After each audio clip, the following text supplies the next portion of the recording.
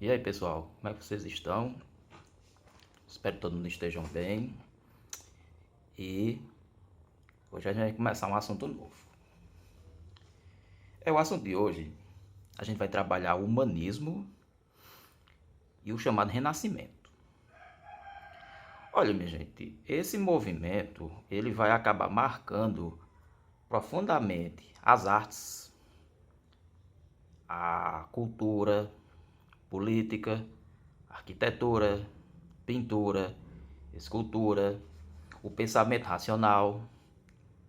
É um movimento artístico, cultural e intelectual impressionante que acaba marcando a Europa no decorrer dos séculos XIV, XV, XVI, principalmente no século XVI. É um movimento que ele vai conceber artistas, políticos, intelectuais, filósofos e grandes motivações, grandes mudanças na forma de pensar e de agir, que vai acabar marcando esse movimento. Olha, quando se fala em renascimento, a gente, logo de imediato, a primeira ideia que nos vem à mente vai ser, por exemplo, o grande artista do Renascimento, considerado até então o homem máximo do Renascimento italiano, que é o famoso Leonardo da Vinci. Quem nunca ouviu falar de Leonardo da Vinci? Quem nunca, por exemplo, não ouviu falar de suas obras? A Mona Lisa, o quadro da Última Ceia, enfim, essas obras que marcam muito esse camarada, que isso os historiadores da arte não têm nem dúvidas em falar que esse cara, ele é considerado um dos maiores gênios da história da humanidade e, por que não dizer, o homem máximo do chamado Renascimento italiano. Um carinha, só para vocês terem ideia, eu vou falar um pouco sobre a pequena biografia dele. Ele era um jovem de origem humilde, nasceu na cidade de Vinci, daí vem o nome Leonardo da Vinci, no ano de 1452. Ele era natural, essa região, se eu não me engano, é natural de uma região da Itália chamada de Toscana. Ele acabou nascendo fruto de um amor casual. Assim os historiadores falam, como o nosso amigo Ronaldo Vainfas fala, por exemplo, em sua obra. Ele era filho, por exemplo, de um escrivão. O nome do seu pai, por exemplo, era Piero da Vinci. Vinci é a cidade no qual ele vai acabar nascendo, que vai acabar levando esse seu nome, que ele vai acabar levando o nome da cidade em seu sobrenome, de certa forma. A mãe dele, que nasceu desse relacionamento casual, era uma camponesa, por exemplo, chamada de Catarina. E, minha gente, desde cedo, Leonardo da Vinci, ele trabalhou como aprendiz de pintor, o que, de certa forma, ele vai acabar descobrindo na pintura o seu talento artístico. Ele vai estudar muita coisa, minha gente. Artes, ciências, e acredita-se que suas primeiras obras são datadas ainda de 1469. Isso estamos falando do século XV, viu, minha gente? Que acredita que ele teria pintado suas primeiras obras, quadros nem tão famosos assim, nem tão citados em sua trajetória histórica, lá por volta dos seus 17 anos de idade. Olha, minha gente, lá por volta dos seus 27 anos de idade, ele já pintava muitos retratos encomendados por muita gente, nobres, comerciantes, principalmente a galera que vai viver ali, principalmente no norte da Itália, em cidades como Florença, Milão, até porque geograficamente o território italiano nessa época não existe a Itália tal qual a gente conhece hoje. A Itália era uma península, como ela até hoje é, mas era uma península dividida em cidades-estados. A República de Veneza, por exemplo, Florença, Milão, a região da Toscana, que no caso ele vai ser originário dessa região. Tinha os estados, por exemplo, controlados pela Igreja Católica Apostólica Romana. Enfim, E ele vai ser um artista e tanto que vai acabar se destacando nesse movimento artístico, político, intelectual e cultural chamado de Renascimento. É, minha gente, um movimento bastante profundo, que não pense que o Renascimento, como eu acabei de falar para vocês, vai ficar restrito só às artes. As artes vão ser muito beneficiadas, não resta nenhuma dúvida quanto a isso. A ciência vai se aperfeiçoar, vai se modernizar. De certa forma, a ciência vai acabar comprando uma briga com a igreja, por que não também dizer os artes renascentistas?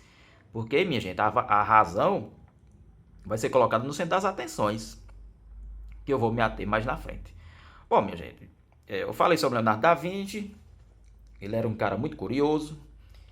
Ele vai se dedicar à ciência, como eu acabei de falar para vocês. Ele estudou, por exemplo, anatomia. Você sabe o que é anatomia? Anatomia é uma parte da medicina que estuda o corpo humano. Que, minha gente, através desses estudos que ele vai ter da anatomia, vai poder o quê? Produzir suas obras. Ele chegou, inclusive, a dissecar cadáveres para entender qual era a relação que existia entre os movimentos, etc, etc, etc, etc. Estudou os músculos, por exemplo. Queria saber, por exemplo, qual era a função da locomoção do corpo humano, por exemplo. E o objetivo dele de estudar anatomia era aperfeiçoar suas obras, para imaginar como as pessoas iriam ser retratadas em suas obras. Que só para vocês terem ideia, minha gente, ele também vai tentar relacionar a anatomia com a matemática. E para isso, ele também vai se aprofundar no estudo da geometria. E, minha gente, talvez um dos mais famosos desenhos de Leonardo da Vinci vai ser o famoso Homem Vitruviano. Que ele desenhou essa obra, não sei se vocês já viram, mostra o ser humano em proporções, com pés e mãos equilibrados. É bom até vocês procurarem a imagem. Ela é bem interessante, que mostra as proporções que o corpo humano vai acabar possuindo. Esse Homem Vitruviano é referente a Vitrúvio. Vitrúvio, para quem não sabe, ele foi um arquiteto romano que existiu lá por volta do século I a.C. Leonardo da Vinci também vai estudar esse camarada e retomar, de certa forma, as suas obras em pleno conceito filosófico, cultural, político, chamado de Renascimento.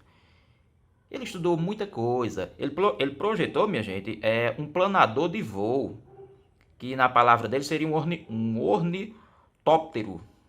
Através da observação dos pássaros, ele criou um planador de voo. Ele só não vai conseguir fazer com que essa máquina voe.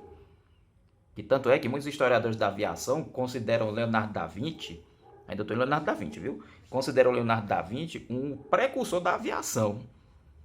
Enfim, esse cara era um homem tanto. Eu já vi até, acho que eu já li, eu não me lembro mais onde foi que eu li, que Leonardo da Vinci, ele escrevia as coisas invertidas. Vocês já tentaram ler alguma coisa invertida, minha gente? Eu não consigo, não. Que homem é esse? Que homem é esse camarada chamado Leonardo da Vinci?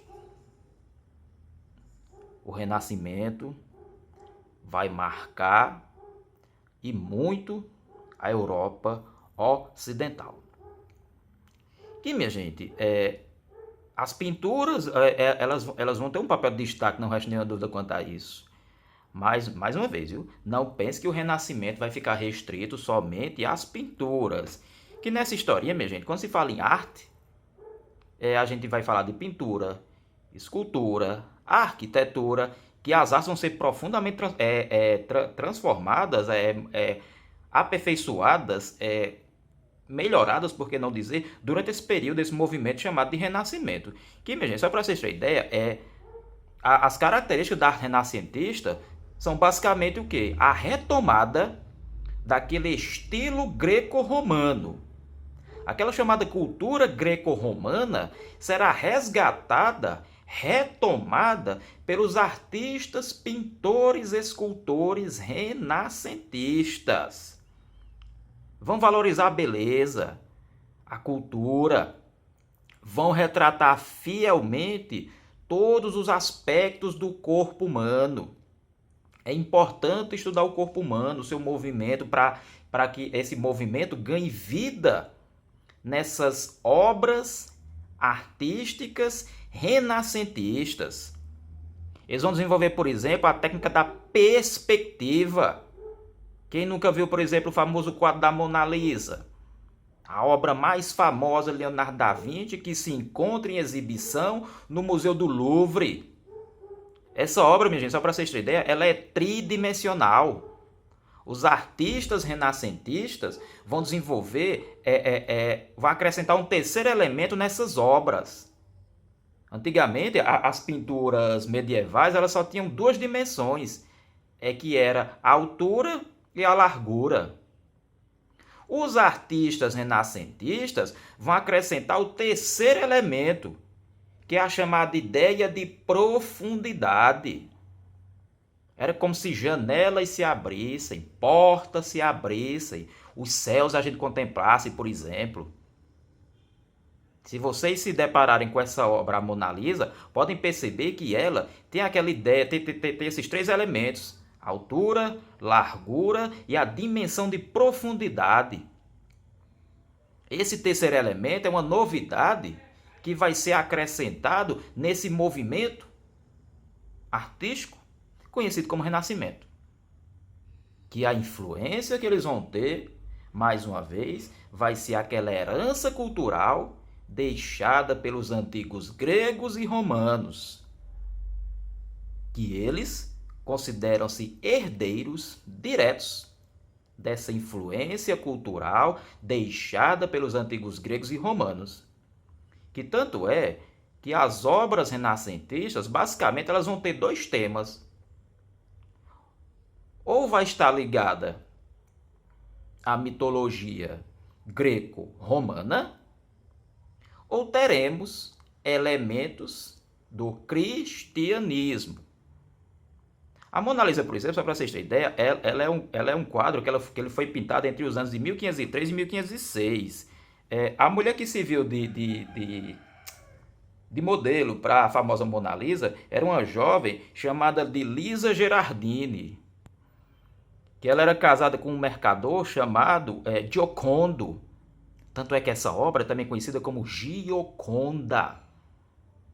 Talvez essa seja uma das obras mais visitadas no famoso Museu do Louvre, lá na cidade de Paris, que é a capital da França. Que é lógico que durante esse processo que a gente está vivendo, dessa pandemia, é lógico que o museu está fechado para visitações. Mas é uma obra e tanto enigmática que ela é considerada pelos historiadores da arte como a obra-prima, de nosso amigo Leonardo da Vinci. Bom, minha gente, as artes vão ser contempladas, as artes vão ser resgatadas, elas vão ser retomadas, vão ser redefinidas. Vai se explorar essa capacidade humana, estudar o corpo humano, suas proporções geométricas, qual a função do corpo humano. Eles vão desenvolver, por exemplo, uma técnica conhecida como esfumato, que, por exemplo, o quadro da Mona Lisa apresenta essa técnica. Que só para vocês terem ideia, os artistas renascentistas que vão desenvolver a famosa tinta a óleo. Eu não sei se vocês já utilizaram a tinta a óleo. Qual era o objetivo deles? A tinta a óleo, minha gente, praticamente ela dura séculos. Qual era a ideia dos artistas renascentistas? De que suas obras ganhassem gerações, gerações e gerações. Esses quadros têm mais de 500 anos de idade. Ainda hoje são apreciados por artistas, historiadores, intelectuais, gente curiosa, amantes da arte. São quadros belíssimos, impressionantes, que a pintura medieval ela vai acabar ficando para trás.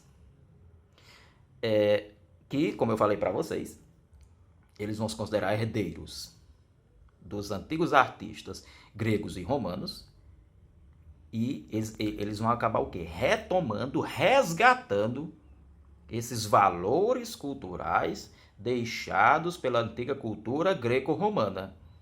Que, como eu acabei de falar para vocês, os temas das obras renascentistas, sejam elas pinturas, estátuas, esculturas, enfim, etc, etc, etc, eles vão ter dois temas que vão ser trabalhados pelos artistas renascentistas. Ou o tema religioso, isto é, ligado ao cristianismo, ou o tema está ligado à mitologia greco-romana. Que tem um artista renascentista italiano, se eu não me engano, ele vai ficar especializado na produção de Madonas. Madonna, para quem não sabe, é uma pintura que representa a Virgem Maria com o menino Jesus em seus braços. Essas obras vão ficar conhecidas como Madonas, só para vocês terem ideia. Bom, eu falei muito sobre Leonardo da Vinci, mas, minha gente, a gente também não pode se esquecer de outro escultor, pintor, também espetacular, que é o famoso Michelangelo Buonarroti, se eu não me engano. Michelangelo é outro artista renascentista italiano. Ele vai nascer, por exemplo, no ano 1475, na vila de Caprese. Também ele era habitante da região da Toscana. O nome do pai dele era um tal de Ludovico. Ludovico, por exemplo, era um funcionário municipal que vai lutar para dar um bom sustento à família, né? Nessa historinha, minha gente, o pai dele vai perceber que o filho, no caso Michelangelo, ele vai ter uma certa vocação para as artes. O pai descobre que esse filho, no caso Michelangelo, está tendo esse talento. O que é que ele faz? Envia o seu filho para a Florença para estudar com outros artistas. E Michelangelo, meu gente, também vai ter aquela vocação bem precoce. De acordo com os historiadores, ele vai acabar produzindo o seu primeiro quadro lá por volta dos seus 13 anos de idade. Muito tempo depois, ele vai acabar fazendo fama. Mas fama não é aquela fama financeira, não. É aquela fama, aquela reputação da galera procurar ele, interessado o quê? Em que ele produz uma obra. Nessa história, mesmo, só para vocês terem ideia, ele vai se especializar nas esculturas. Que até a Igreja Católica Apostólica Romana resolve contratar esse artista. Que, minha gente, só para vocês terem ideia, a primeira obra que ele vai acabar produzindo é uma estátua produzida lá por volta do ano 1499, que é a famosa estátua da Pietà. Essa estátua, minha gente, ela se encontra, por exemplo, lá na Basílica de São Pedro. Essa estátua se localiza lá no Vaticano. Que estátua é essa? É a famosa Pietà. Essa estátua foi produzida totalmente em mármore. Essa estátua representa a Virgem Maria com Jesus morto em seus braços. Essa estátua foi pré-produzida totalmente de mármore. Que reza a lenda de tão perfeita que essa estátua é. Depois vocês procurem aí, quando vocês tiverem tempo, a imagem dessa estátua. Reza a lenda que quando Michelangelo terminou de produzir essa estátua, ele teria pegado seu martelo e teria batido no joelho e dito parla. Parla em italiano significa fala. De tão perfeita que é essa obra. Mas Michelangelo não foi só essa estátua não, viu? Só para vocês terem ideia, se eu não me engano, o Papa Júlio II, que foi um dos papas que a Igreja Católica Apostólica Romana teve, no decorrer de sua história política, esse Papa, se eu não me engano, ele acabou encomendando que Michelangelo pintasse várias obras, isso dentro do Vaticano, viu? Que no caso, minha gente, ele vai acabar pintando no teto da Capela Sistina uma de suas obras mais famosas, que é o famoso afresco. Um afresco, minha gente, é uma pintura que é pintada no teto de uma igreja, só para vocês terem ideia. Que essa pintura, essa pintura foi produzida no teto da Capela Sistina, representa, por exemplo, a famosa criação do homem.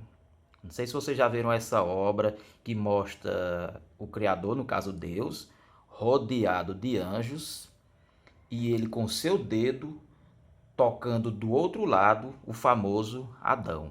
Essa obra, A Criação do Homem, ainda hoje ela se encontra no teto da Capela Sistina, que ele representou a criação do mundo e outras passagens da Bíblia, inclusive até chegar ao juízo final.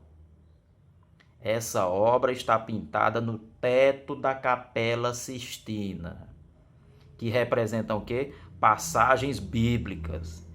Só para vocês terem ideia, Michelangelo começou a pintar essas obras lá por volta de 1508. Ele só terminou no ano de 1541. E outra característica muito importante, ele não queria que ninguém visse essa obra. Ninguém, absolutamente ninguém, visse essa obra até que ele terminasse. Quem já foi no Vaticano sabe perfeitamente de que essa obra impressiona. O que atesta o que eu acabei de falar para vocês. Os artistas renascentistas vão se considerar herdeiros daquela cultura greco-romana e vão retomar essa cultura através dessas obras de arte. Que, mais uma vez, ou o tema está ligado à religião, no caso a religião cristã, ou o tema está ligado à famosa mitologia greco-romana. E Michelangelo, ele também produziu uma estátua chamada do deus do vinho, Baco. Na mitologia romana, Baco era o deus do vinho, que é o mesmo equivalente ao Dioniso, no qual os gregos acreditavam. Essa estátua, hoje ela se encontra lá no Museu Nacional de Bargello, lá em Florença, na Itália. Essa obra mostra, por exemplo, mostra Baco com uma taça de vinho e vizinho a nosso amigo Baco. Baco era o deus do vinho na mitologia romana. E vizinho a Baco, por exemplo, tem um fauno comendo umas uvas, se eu não me engano. As obras renascentistas vão ser marcadas por figuras profundamente humanas.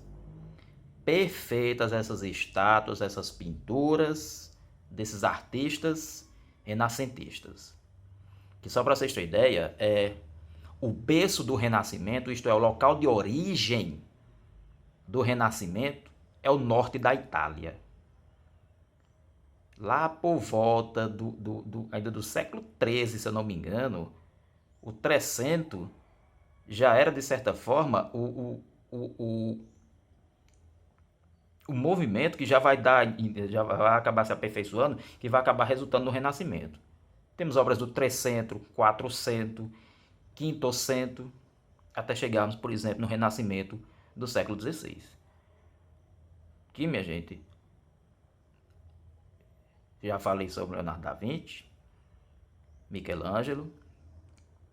Esses artistas são criaturas dotadas de extrema capacidade intelectual, artistas verdadeiramente natos e vão ser influenciados pela chamada cultura greco-romana. É um movimento ímpar na história da humanidade. É um movimento que vai acabar marcando muito a ideia de desenvolver o pensamento racional. Esses artistas vão acabar, de certa forma, comprando brigas com a igreja. Por exemplo, a igreja não vai ver com bons olhos essa ideia de estar dissecando cadáveres. Muitos médicos vão acabar dando suas contribuições para essa área da medicina, da ciência, comprando briga com a igreja. E muitos vão acabar, de certa forma, sendo condenados pela fogueira da Inquisição. São tempos de intolerância. São tempos de intolerância. A igreja, por exemplo, ela não vai querer perder o seu papel de pensamento dominante. E, na medida que os artistas cresciam, também, de certa forma, eles vão acabar, de certa forma, sendo questionados. Mas, minha gente, nem por isso a igreja vai deixar de patrocinar essa galera, não, viu? O exemplo, por exemplo, vai ser o famoso artista Michelangelo. Que, no caso, quem vai acabar patrocinando, financiando essa atividade dos renascentistas, desses artistas, são gente conhecida como mecenas. O que é um mecenas? Mecenas era uma pessoa que patrocinava a produção desses artistas renascentistas. Por exemplo, eu queria encomendar uma obra, eu quero encomendar uma obra, por exemplo. O que foi que o Papa fez? Ele encomendou a Michelangelo que enfeitasse a igreja cristã com obras ligadas à religião cristã. No caso, o Papa vai acabar patrocinando essas obras de Michelangelo. O mecenas é um camarada que patrocina o trabalho de um artista renascentista. Esse é o chamado mecenas, um patrocinador, um estimulador das artes. Muitos mercadores, banqueiros de Florença, da região do norte da Itália, vão acabar patrocinando e muito esses artistas renascentistas. O intuito de promover as artes e ao mesmo tempo aparecer para a galera, de certa forma, de que ele era um cara que estava conectado com o seu tempo, de que era um camarada que vai sim apoiar e ao mesmo tempo promover os seus negócios através desse patrocínio que vai acabar fazendo com esses chamados artistas renascentistas. E, minha gente, o Renascimento é fantástico. Mas, minha gente, vocês devem estar se perguntando, aliás, perdão, como é que vai surgir esse nome Renascimento? Olha, essa expressão, Renascimento, é referente à renovação artística que vai ocorrer no norte da Itália, lá por volta do século XV. Que essa expressão foi criada por um camarada italiano chamado Giorgio Vasari. Giorgio Vasari, só para vocês terem ideia, ele é considerado o primeiro historiador da arte. Foi ele que vai considerar que os artistas renascentistas são nada mais nada menos do que herdeiros daquele passado cultural deixado pelos antigos gregos e romanos. É como se uma cultura renascesse em outra época, que no caso a época agora é o século XV, século XVI. Estão ocorrendo, por exemplo, as grandes navegações. Colombo, por exemplo, já chegou no território que ele achava que era as Índias. Os portugueses começavam a empreender suas primeiras viagens.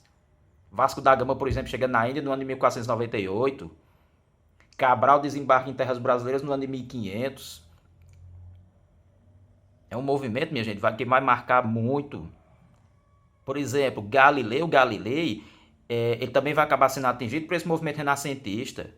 Porque o Renascimento não vai ficar, mais uma vez, viu? O Renascimento não vai ficar restrito somente às artes. As ciências também vão ser contempladas, vão ser aprofundadas, vão comprar brigas com a igreja. As obras literárias também vão abordar questões profundamente humanas. Um tal de William Shakespeare, talvez o maior dramaturgo inglês de todos os tempos, ele vai produzir obras como Hamlet, A Megera Domada, Macbeth, Romeu e Julieta, Sonho de uma Noite de Verão, que são obras que vão mexer com questões profundamente humanas. Se eu não me engano, é lá em Hamlet que tem uma frase que diz o seguinte: se eu não sei, eis a questão.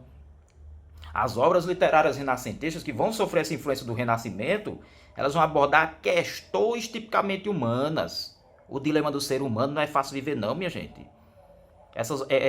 Esse questionamento é feito por esses artistas renascentistas, são influenciados, suas obras vão trabalhar o ser humano em sua profundidade, em sua complexidade, em sua capacidade de crescer de uma forma intelectual.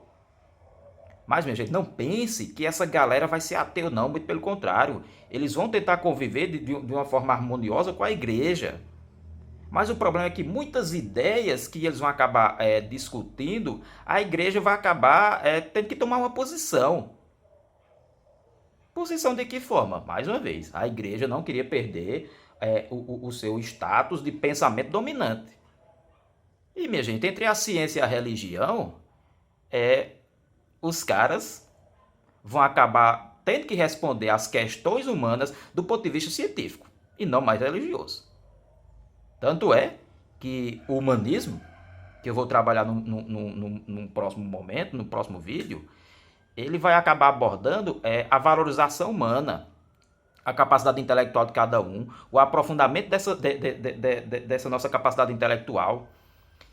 Que tanto é que o movimento renascentista, ele vai ser um movimento que vai se voltar para as questões humanas. Ele vai ser, por exemplo, vai acabar valorizando, aliás, perdão, o famoso antropocentrismo. O homem no centro das atenções, o homem no centro do universo, em oposição ao chamado teocentrismo, que era Deus no centro das atenções, Deus no centro das atitudes, Deus no centro do universo, que era até então definido pela igreja. Mas sobre o humanismo, eu vou deixar para trabalhar ele no próximo vídeo. É isso, pessoal. Quem gostou, dá um joinha e colabore para o crescimento do nosso canal. Até o próximo momento, pessoal. Valeu!